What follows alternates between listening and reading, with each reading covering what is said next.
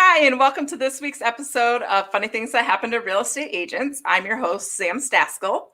And sorry you missed me last week. I'm sure you all missed me. But glad to be back this week with my guest, Jacquetta Ragland from South Carolina. I'll bring her on in just a minute. So let's get started.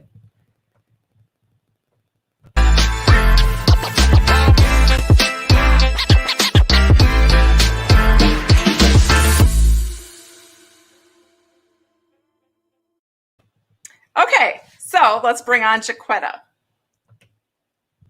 Okay, welcome to the show, Jacquetta. Thanks for joining us. So tell me a little bit about yourself. Sure. Well, first I want to say hello. Thank you so much for having me. Again, my name is Jacquetta Ragland. I was raised in Roanoke, Virginia, and I currently reside in Winston-Salem, North Carolina, which is just about 2 hours from Roanoke. Okay. I started in real estate.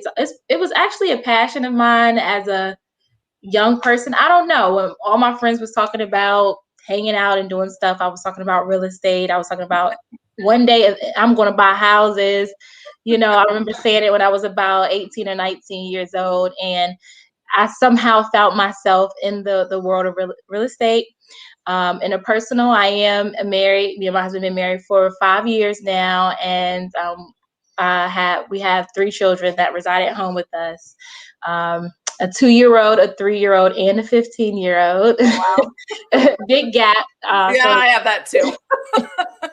Yes.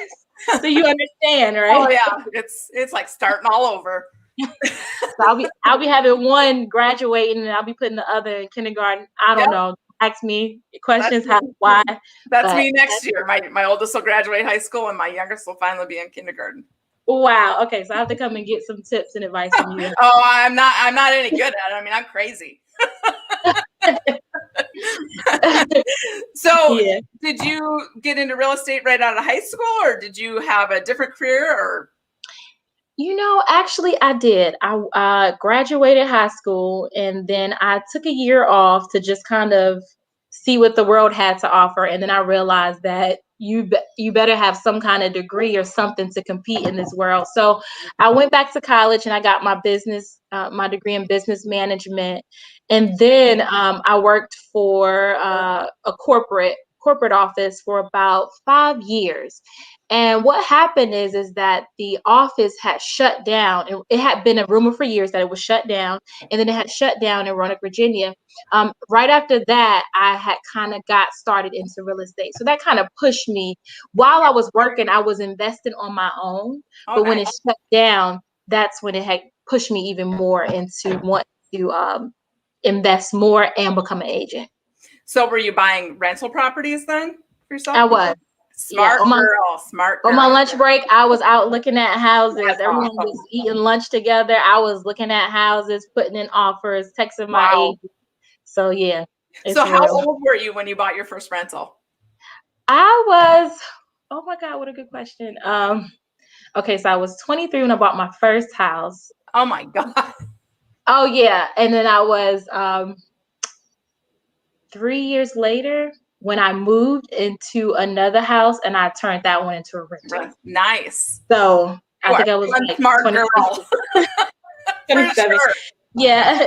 I had a good mentor. My pastor at the time, he gave me a lot of advice at a young age. He said, "Listen, you're making good money. You need to invest." And I listened to him. That's good. I blow it.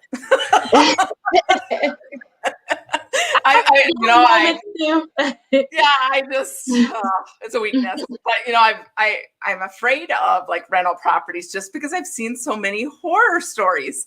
I got those too. Oh, I'm sure you do. I mean, I'm just dealing with a local woman here in my town who I'm going to be listing her rental property, and her last tenants hadn't paid her for 7 months.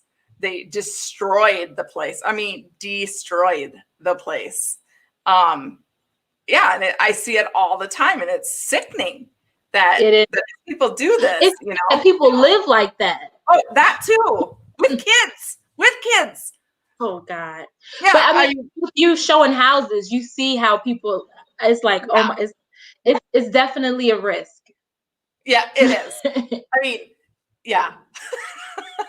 You never know what you're gonna walk into, but I'm always like leery when somebody's like, "Can I see this rental place?" I'm like, you know,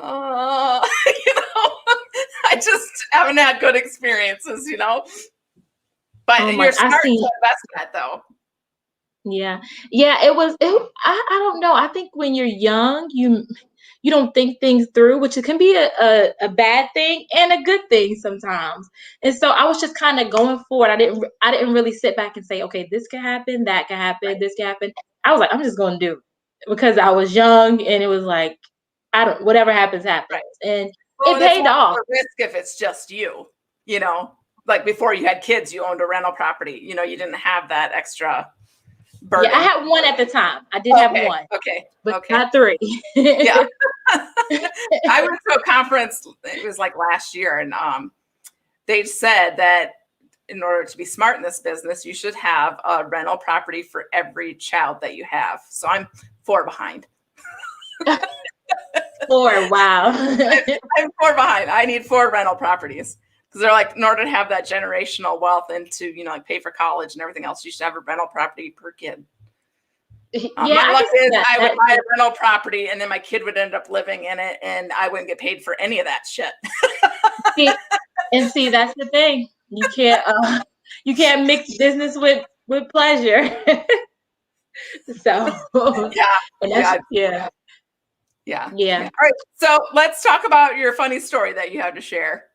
Okay. How long ago did this happen? So this was me starting out as an Okay. agent. So here I go again, being naive, just kind of like, you know what? I'm hungry at the time, hungrier than I am right now, of course. And what happened is I had a guy call me up. I had a listing or advertisement, I think on Zillow. Shh, Mhm. don't tell anyone because I know how people. Yeah. You're hated. I was But you know, one. yeah. Look, I was Right. one. But anyway, so he called me, didn't provide, it wasn't much information that he gave to Zillow because usually on Zillow they kind of get the name, the number, they get a lot of information. Well, he didn't provide maybe first name. Right. And so he's like, hey, can you meet me at this house? Now, what you're supposed to do is get all of their information. You're supposed to ask for ID. And I hope whoever's watching this is taking notes because this is serious. But you're Don't supposed to be a get, stranger. yes, yes. So you're supposed to get all the contact information. Like, even I was told you're supposed to get a copy of their license. But me, again, being hungry, I wanted to just show the house. I'm like, this could be a potential sale. So we get to the house and I'm like, hello, how are you? He's like, hey, all right, nothing else. I'm like, so where you from? Oh, I'm just, I'm from around. I'm looking at the house. Didn't give me any quite valuable information. Right. Me, I'm okay. I'm a new agent, maybe like a year in, I'm a new agent. And so I'm showing him around the house and I'm talking and I'm like, yeah, this is nice. And you could do this and you could do that. And he just was quiet looking through the house and didn't say not much to me. And it was just me and him there, me and Right. him, bigger than me and everything. And I'm like, now that I look back, I'm like, what was you thinking? Like, why would you do that? You hear stories where people are getting attacked and this and Yeah. this and that. So it wasn't funny then, but now that I look back, it was funny because I'm laughing at myself that I would do something like that Right. and show him in the house. But I just found it funny that he didn't want to tell me anything. I don't know if he had another agent or Right. whatever, but it was Did kind you of ever my get his fault. whole name even? No, I didn't get his whole name. It was just we were on a first name basis. You wouldn't even date somebody without knowing anything about them. So you shouldn't Right.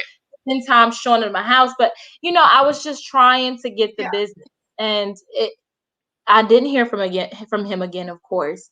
But it probably wasn't the best thing to do. But again, when you're hungry, you're trying to get Yep. business, you make some choices that you look back and say, listen, do better. And Yeah. so I learned from that. I don't do Right. that anymore. I'm more strict. Now I'm even asking, do you have will you pre-approve for a loan? So are you paying with cash?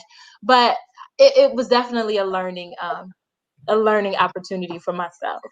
And I think we all go through that. I mean, I definitely have done that as well. Yeah, just show up. It's like I'll have their number or their name in my phone, and it's not even what their name is. I have a hard time hearing on the phone, so I'm wrong.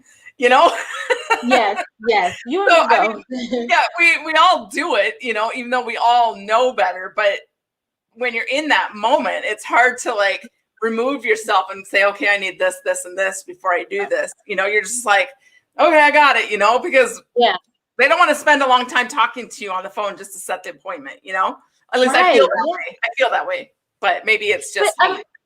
Yeah, but every other profession, they have to get information. You call a lawyer, you call an accountant, you call anybody.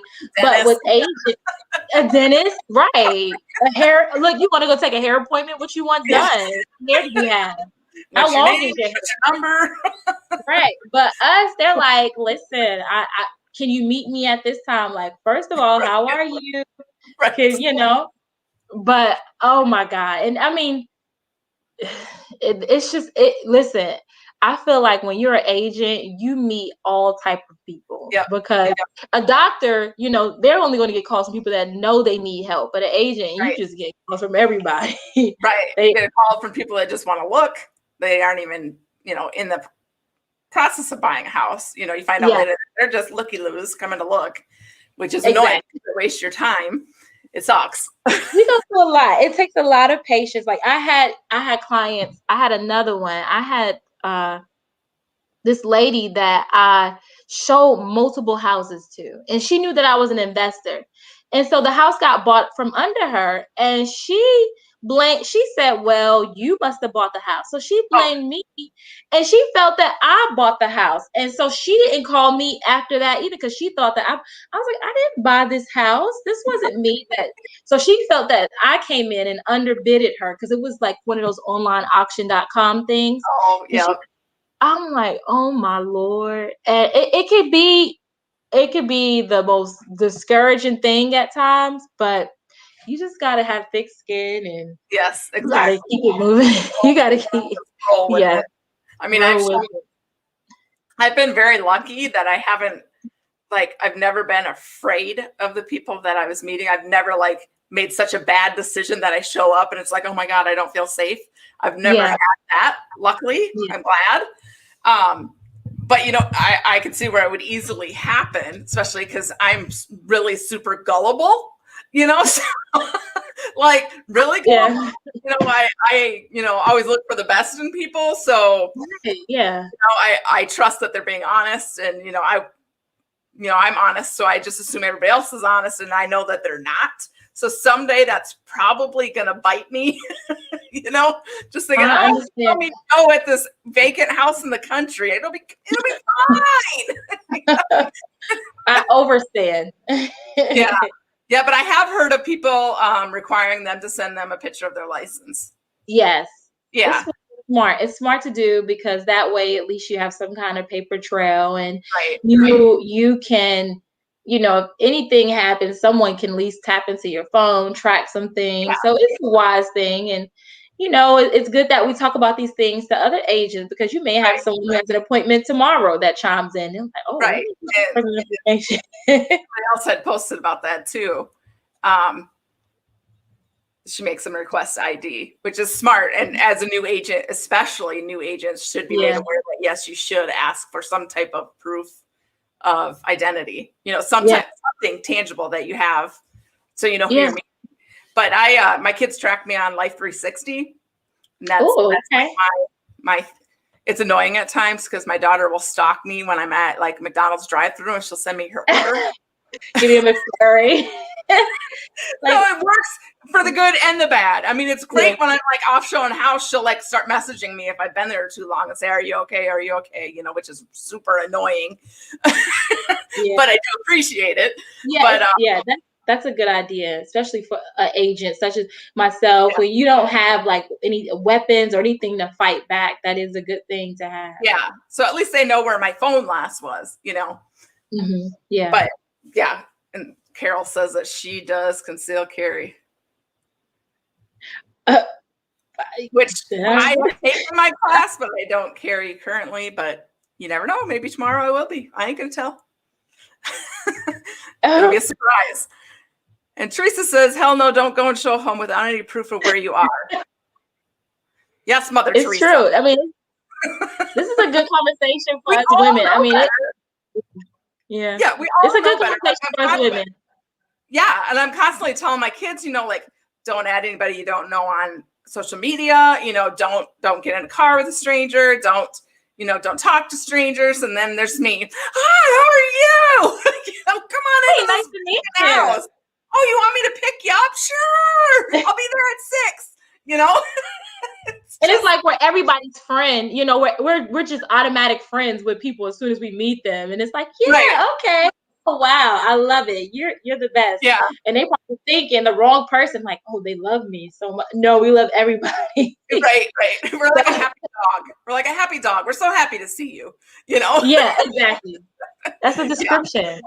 Yeah. So like I said, it's a very great conversation to have. I mean, it's definitely funny because you can't believe that somebody would actually act like that. But on the flip side, it's like, wow, God was with me that day because who knew? Who knows? And my husband didn't have that. Yeah. So let's talk about your rental properties. I'm sure you have some good stuff there. Like, what's like the worst thing that's happened at your rental property? You got time? I got time. For you, I got time. Okay, here we go. So I started out, I had a lot of firsts. All right, so I wanted to hurry up and rent the property. This is the very first one. Okay. Now I wanted to hurry up and rent the property out because I was moving into my new home. I did make a pretty good income at my job, but I still needed that other income. So I rented to the first people that came to see the house. Okay. I did not have the knowledge that I have today. Again, and that was back in 2013. So that was 8 years ago. I didn't have the knowledge that I have today because, I read a lot of different stories. I listen to podcasts where people are like, do not do that, do your due diligence. But I didn't have that knowledge. And so, I didn't have time. I worked a full-time job and I didn't really have time to vet people. So I wanted to hurry up and get it rented out.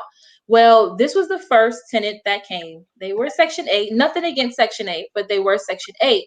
And at first that looked very attractive.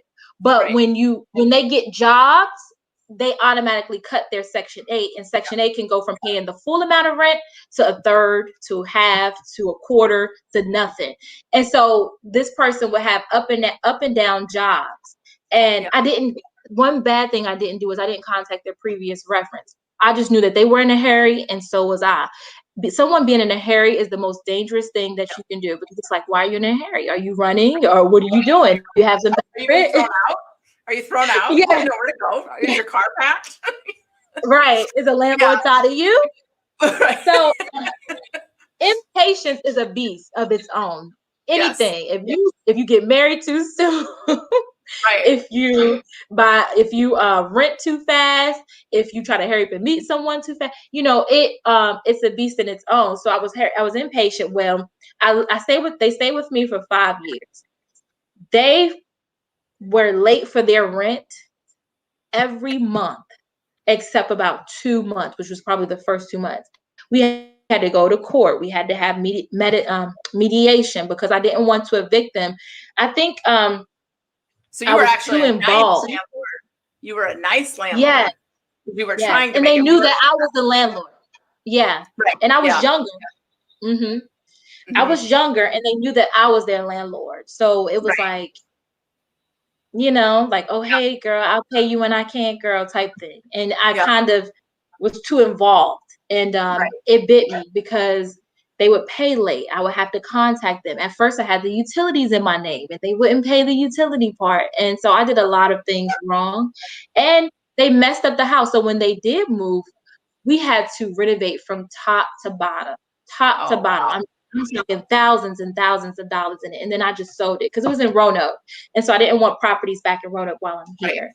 So what we're doing now with the rental properties, my husband and I, is unloading them, and we're going commercial. So we just purchased a commercial building in Nice. February. Yeah. So, and we're taking those rentals. And funny thing is, my agent gave me this advice when we first shopped together.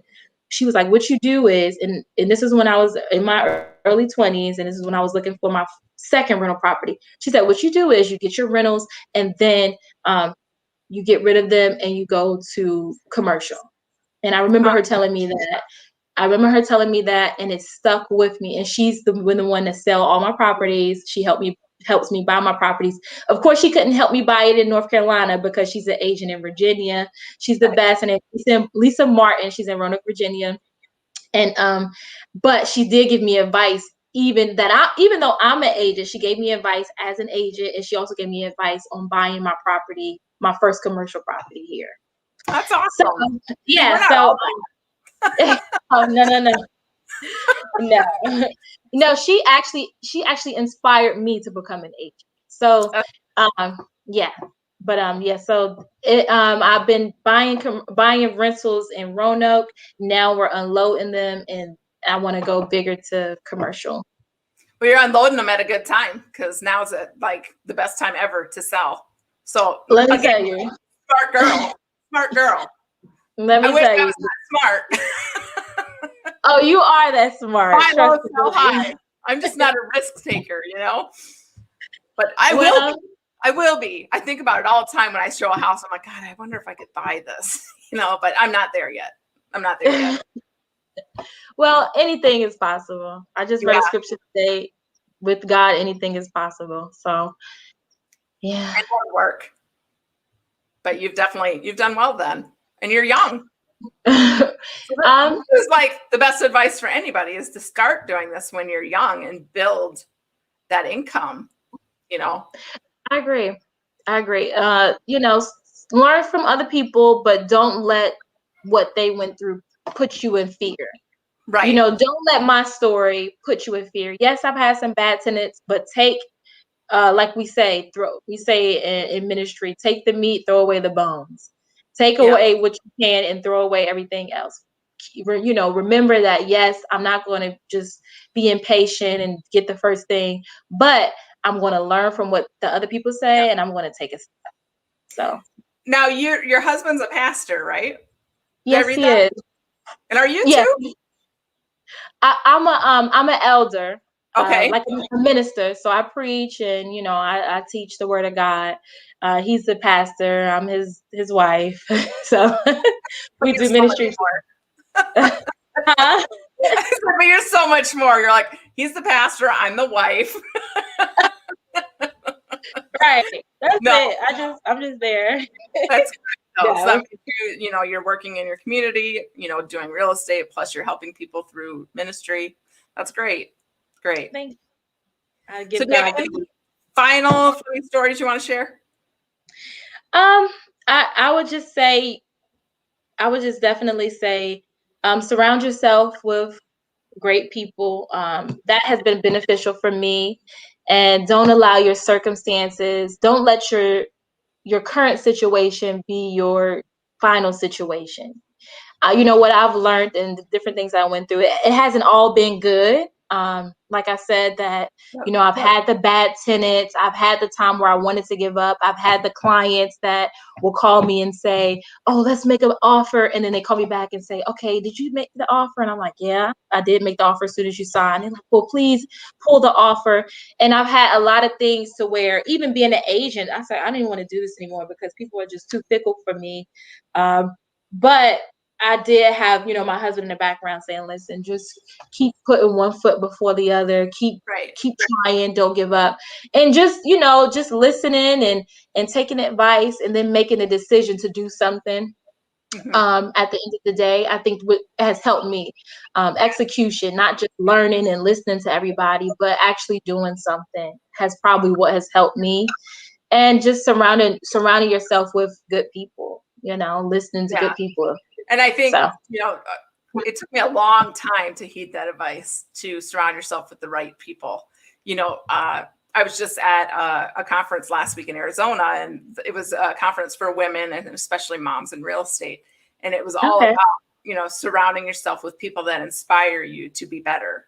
And I mean, and it was full of these wonderful women that were absolutely amazing. And it was very inspiring. And I don't think I always did that. You always just kind of like, well, I work with this person, she's around, and I work with this person, and she's around. It might not be necessarily the best people to surround yourself with for where you want to be, like where you want to go. Sometimes it can be limiting and keep you where you are instead of letting you grow. Exactly. Not to say anybody's bad people. I'm not saying that at all. Like the women around weren't bad, but I need to surround myself with the people that inspire me to do better.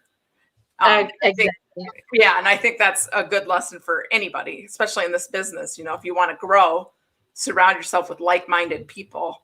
Exactly. And you'll get there, So, well, thank you very much for coming on. It has been wonderful meeting you. Thank you. I wish you all the best luck in real estate and investing. I hope your commercial property goes well. I can imagine that'd be probably good tenants to have, I would hope, that would pay their rent, hopefully. Yep. Different. I'm telling you what, it's a less feeling like, oh, you're going to get put out. Nope, that feeling isn't there because you're a business. So it's definitely different. Good. But they can create bigger problems though. So just remember that. I agree. Yeah. But yeah, I mean, there's ups and downs for everything. So I'm sure you'll do great because you got a good head on your shoulders and that going in. And yeah, it's pretty amazing. So thank you so much. I'm just going to pop you into the waiting room. Yep. And I will be there. Okay. Thank you for coming. All right. That's it for tonight. Isn't she sweet? I just love her. Even though I can't pronounce her name very well. Jacquetta. I got it. All right. So that's it for this week. I hope you'll join me again next week. Again, we're live every Wednesday night on Facebook and YouTube at 7 p.m. Central Time. So if you are in real estate and you have a funny story that you would like to share, please reach out either to me on social media or you can send an email to funnythingsre@gmail.com. I'll see you next week. Maybe.